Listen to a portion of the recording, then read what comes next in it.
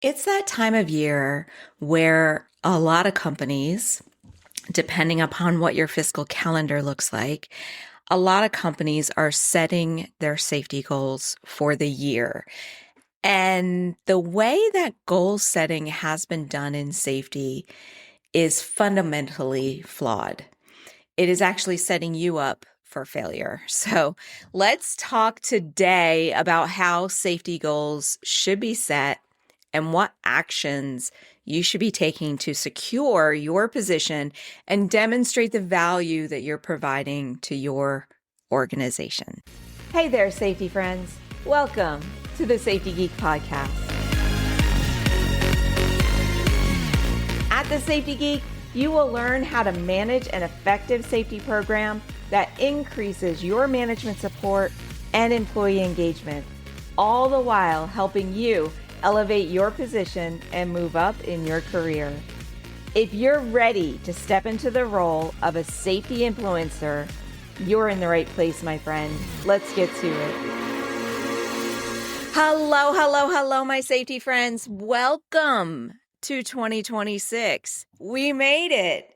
If you have been following me this year as I have restarted this podcast, then you know that 2025 was a dumpster fire for me. It was literally every single week, anything that could go wrong went wrong. I'm talking health, personal, family, all of it. So I am so excited to be in 2026 right now. And I know that I probably should have released this episode a month ago, but I want to talk about safety goals. And here's the thing about safety goals is that they are set at different times of the year. So hopefully this episode finds you when you need it the most. Because here's the thing. Every company has different fiscal years. So basically every quarter could be the start of a new fiscal year. And that is when they are setting the company goals. And if you work for a company that has even the inkling of support for safety, they will typically set safety goals as well. So I know I'm a little late to the game in 2026 and getting this out, but it's definitely something that I wanted to chat about. Because if you are setting goals right now, you or your company, based on the number of people that are going to get hurt next year, we need to talk.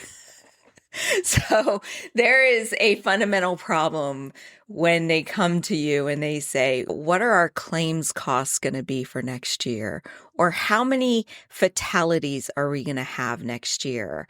Or how many serious injuries are we going to have next year? And these are questions your CFO will likely ask. And I've always looked at it as like, I am not a fortune teller. I can't predict the future.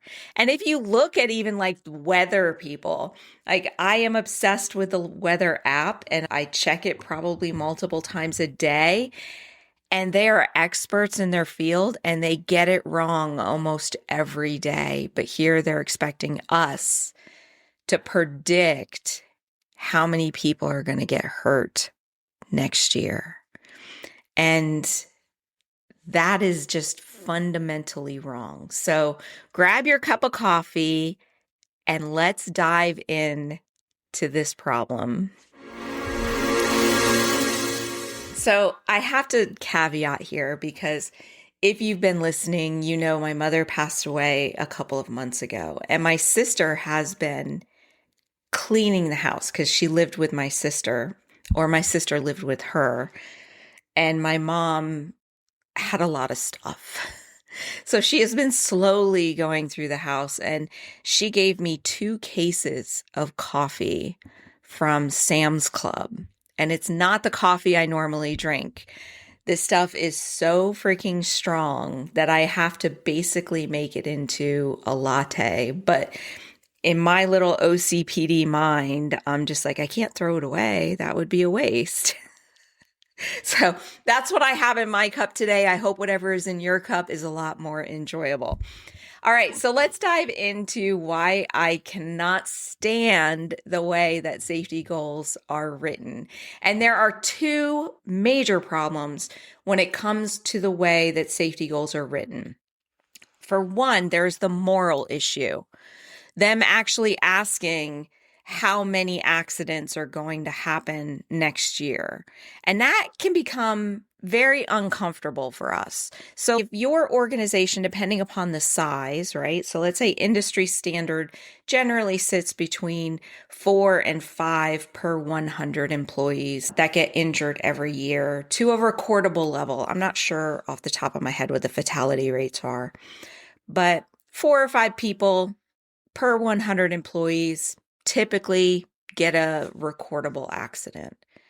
So when you're looking at your safety program and you know that you're just doing an average job, then you're basically going to say it's okay for 4 or 5 people to get hurt. Or if you have 500 people, then you're saying that it's okay for 20 to 25 people to get hurt. And that is against everything we stand for, right? Because we are always striving to reduce incidents. Even if you had a very low incident rate, let's say it was below 1 person per 100, you're still saying somebody's going to get hurt. And that just makes it immoral to me. But we can't say 0 because you have to look at your past to predict your future. So, I mean, we do have to be realistic about it. It just hurts. There's like this ethical weight about making that prediction. And somebody pointed out on LinkedIn, they pointed out about law of attraction. And I don't know if you believe in law of attraction. I love the positive psychology that law of attraction is based on. That when you have positive psychology, there's actions and things that you do and the way that you react to things that cause things to come your way. But if you believe in law of attraction, then you're basically saying, I'm bringing these accidents to me. I'm saying it's okay that these accidents happen. So that's another way of looking at it that was mind-opening to me, because if you want something good to come to you, law of attraction can help. But honestly, your mindset has such a huge impact on your results. If your mindset is that it's okay that 25 people get injured and only 20 injuries come in, then you're like, oh yeah, that's all right. I'm not saying you would actually be in that attitude, but that is what is happening in our psychology behind that, why it makes it a problem. Now, the second problem with setting goals that are based on injury numbers is the control problem. We've talked about this a lot, that you are not in the line of power and that your success is based on the results created by employees and typically frontline supervisors. They create the results that determine your success. But you are not in their line of power. You are not anywhere in authority over those people. You don't have higher fire authority. So you're holding me accountable to accident and injury numbers that I have very little control over. Now, the control that you do have is being able to learn how to influence people to make the right decision. So yes, you can influence people and change their behaviors, but to hold me accountable directly for somebody else's actions is not fair. I even think this way with sales, right? So if you are working in a sales position and you are not making the sales, which means you're not hitting your sales goals, you have very little control over whether or not somebody buys something from you. You can influence their behavior. You can become really, really good salesperson to convince them to buy your thing. But to hold me like up, that not I get a raise or a bonus is based on whether or not that sale is made. I still don't think it's fair. I think that we need to look at things that are 100% in that person's control. And I actually worked for an organization once that when I got up to the corporate level, my annual bonus was based on the sales team.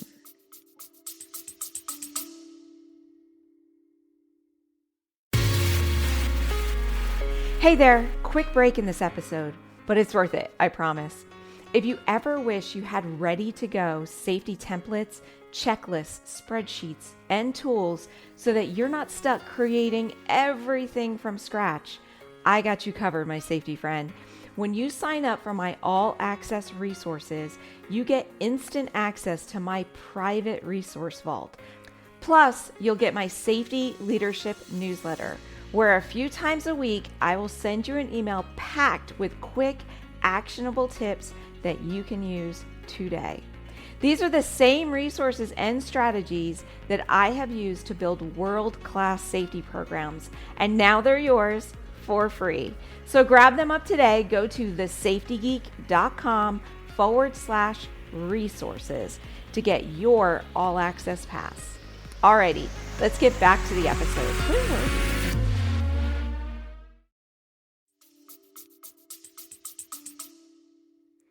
I'm the safety person. I had zero interaction with the sales force. I had to work with my region to get them to be building safe work practices and safe facilities, so that way, hopefully, sales could use that as a selling point to sell their thing. And if they did, and they made their sales goals, then I got my bonus. And luckily, it got shifted a couple of years after I started at the corporate office to include more things that are within my control. So that sales piece of it never went away, but it became a smaller piece of my bonus. And that is the reality check, because I do need to acknowledge, like, having those goals to shoot for, the accident injury goals, the claims goals, in that other case, the sales goals. You need to have those as a vision and as goals, but you just don't want it to be a big piece that's determining your performance reviews, your bonuses, your pay structure, and in worst case, whether or not you keep your job. Because even though those things are out of our control, you need to use them to create actions that are within your control. So we need to have a vision for the outcome that we're wanting, but we just need to acknowledge that we have very little control of that outcome. And I'm currently reading Atomic Habits by James Clear. I read it every single January. I love the book Atomic Habits because it's such a great reminder of how habits are created. Like, the first time you read it, it might be like a teaching thing for you, and you're like, wow, I never knew that, and you learn something new. But I'm on my 5th reading now. So now it is just this great reminder of how habits are created. And there's a story very early on in one of the chapters about a basketball coach. And what he said was, our goal is to win the championship. Like, that's their goal. But what they focus on and what they judge their performance on are all the actions that they take. How many practices? How are they measuring their improvements? How many drills are they doing? Things that are actions they can take that if they did them, it would likely lead to the championship. So that's what you want to think about with safety goals, is that we want to have that outcome goal. We want to have a 0 incident rate, or maybe a 10% reduction, 20% reduction, whatever your company determines. Understanding that it could literally take one accident to blow out your claims. Because that's the other thing that they don't really talk about is, let's say that every year your claims numbers are about $100,000 worth of claims every year. It could just take one really bad accident that could make your claims dollars hit multi-million or 10 plus million dollars in claims in 1 year. So that's another thing that makes it not a reality. So we want to have that. But what we also want to have are those action steps that we can take that are measurable, that are 100% within our control. And I do have a list of some of these for you, but it's definitely not all inclusive. So things I want you to consider in your goals for the year is the number of training materials that you've created or delivered, the number of policies or SOPs or JHAs that you have updated or created, the number of inspections done or the percentage of corrective actions followed up on, the number of supervisor coaching sessions completed, because you as a safety leader need to be coaching the supervisors, not the employees, the number of management updates given. We in Safety Leadership Academy, we teach about the Executive Advisory Committee, but you might just have a manager's meeting. So how many updates are you giving them? More than just this is what's going on in safety this week. The number of continuous improvement projects finished. And all of these things are measurable. All of these things are controllable. And all of these things can easily be demonstrated to your teams that you did them. And you can show progress regardless of incidents, because all of these things can help you track leading indicators. So you can show the progress in the leading indicator that these actions impacted. So that way, if that catastrophic accident happens, they see it more as a one-off and not due to the lack of your effort. And this should apply when you're talking about goals and action steps. This should apply not just to safety managers or safety leads. It should apply to the supervisors and the company as a whole. I know some companies are shifting their goals and making sure that the supervisors or the management teams have safety goals as well. But it's the same thing. If that safety goal is a number of incidents, they do have more control over it because they are the ones within the line of power. But one catastrophic event could throw everything off. So you need to also have what are the action steps that they're going to take that will likely lead to that outcome that they're wanting to get. Now, I know that what I'm talking about here might be a pie in the sky dream for a lot of you, because I know most of you are not being included in these discussions in goal setting, and that some of you may even work for companies that don't even set safety goals, and that a lot of this is out of your control. That if you're working on a corporate level, a lot of this comes from the VPs and the C-suite on down, and you don't have very much control over it. If you're working for an organization that you're fighting just to get them to do compliance, they're probably not even setting goals. However, there are steps that you can take that maybe you are getting the goal from your corporate office, or you're getting the goal from your executive team, or you're not getting goals at all, but you can set your own goals. You can set your own action steps that you're going to take over the next year or 90 days even. So the way that you would do this is you would start with acknowledging what their goal is, whatever it is, 10%, 20% reduction, $500,000 claim cost, whatever it happens to be. And then I want you to ask yourself, what would need to happen to make that a reality? And you might need to look at your past documentation and data. This is why we build data-driven safety programs, because the past will predict the future. So if you need to see a 20% reduction, you need to know where your accident and incidents are coming from? What are the behaviors that are causing them? And what leading indicators do I need to start impacting to give me that 20% reduction? So you're going to look at your past data, whether that be claims data, assessment data, inspection data, observation data. Hopefully you've been collecting it. It'll make your job a lot easier.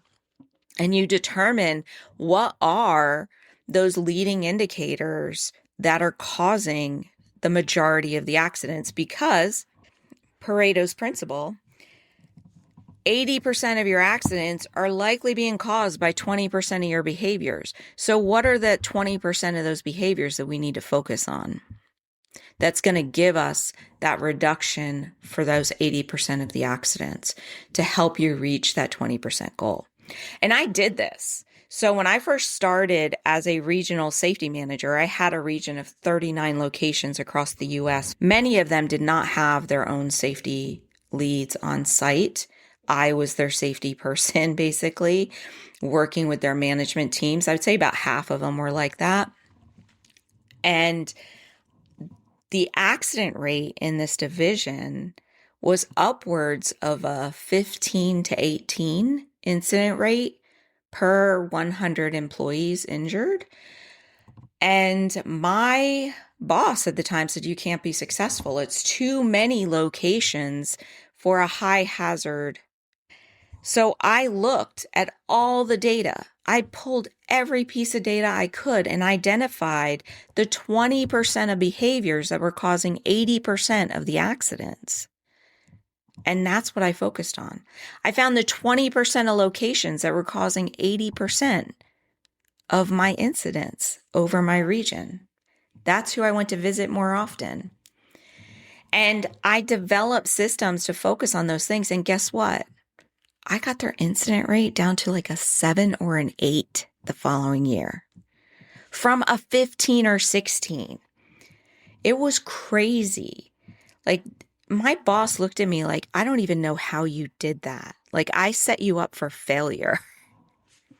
So anyway, that is how you determine what actions you need to take. And you always want to put it in a mindset of what is in your control. What can you control? And that is a lot of what we teach in our optimized systems. Is a great example of this is like, what you can control is how many assessments you do on the department. What you can control is how you share those assessments. And then you're sharing them in a way that influences behavior. So that way they're changing their behavior. That is how you can control it and how you can make that reduction more likely to happen. Alrighty, so this is where you're at. You've been given this goal. You don't have much control over it. You took a step back. You looked at your data. You identified actions that you can take that would make it likely for you to hit that goal. Your next step is to determine how you're going to track your actions, your controllable actions. And you want to track them so that way you can share them down the road. And you'll likely have dual metrics because you'll have the metrics that the company is wanting you to track: accidents, incidents, claims numbers, right? And then you'll have your actions that you're tracking. And then whenever you're presenting how you're doing towards the goal, you always present both. You go, well, here are the actions I've been taking. Here is the outcome that I've been getting. And you want to position it so that way you're wanting to show them your work to drive towards that goal. So that way, even if external factors are impacting your final number and making it so you're not hitting your goal, all along, they saw your effort. And they will likely not hold that goal to such a high standard. And you can frame this whole thing as like transparency and accountability, not that like you're avoiding responsibility for the ultimate goal. If you give me the goal of a 20% reduction, I could be like, I can't be responsible for that. I have no control over that. That is not going to be as acceptable to your management team as, okay, I'll measure that, but there's a lot of things that are outside of my control. So this is the list of actions I'm going to take that is going to help me reach that goal. And this applies everywhere, not just in safety. I gave you the example of sales earlier, operational efficiency, quality. It's all the same thing. We all get these goals that are so much out of our control, but we really need to break it down into what is controllable.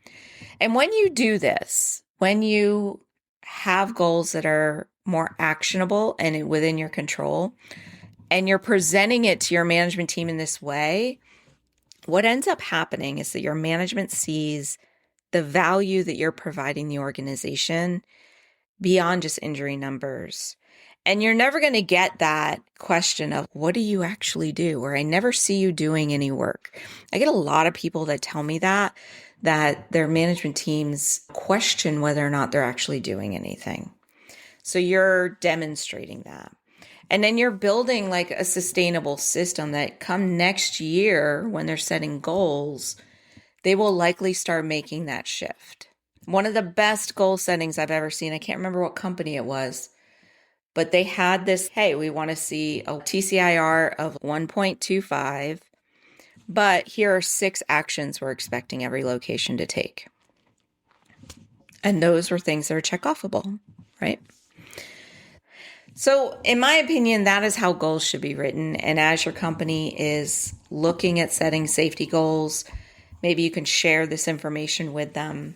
Because like I said, it benefits not just safety. Like every department should have goals like this, not just safety. But it's more important in safety because we are not in that line of power, that we have so little control over the actions of the people that results, that it's important that we have those.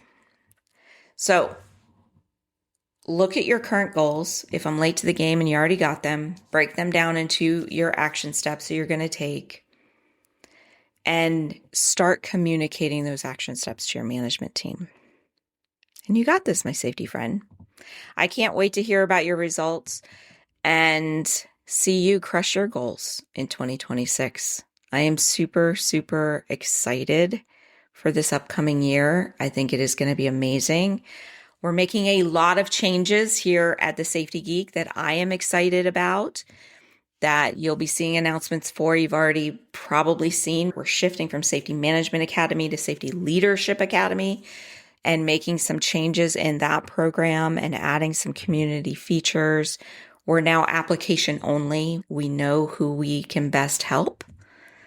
So that's what we're focusing on. So 2026 is going to be an amazing year.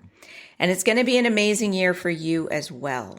So if you want some help reaching your career goals for 2026, if you want some help with setting up your safety management systems in 2026, then be sure to check out Safety Leadership Academy. Just go to thesafetygeek.com/apply. See if you fit into the category of people that we can help most. And I look forward to chatting with you. You guys have an amazing 2026, and I will talk to you next week. Bye for now. Hey, if you're just getting started in safety, or you've been at this for a while and are hitting a roadblock, then I want to invite you to check out Safety Management Academy. This is my in-depth online course that not only teaches you the processes and strategies of an effective safety management program, but how to entwine management support and employee participation throughout your processes. Are you ready to finally understand exactly what you should be doing and ditch that safety police hat forever? Then you have got to join me and your fellow safety scholars over at Safety Management Academy. Just go to thesafetygeek.com/SMA to learn more and to get started. That's thesafetygeek.com/SMA. And I will see you in our next students only live session. Bye for now.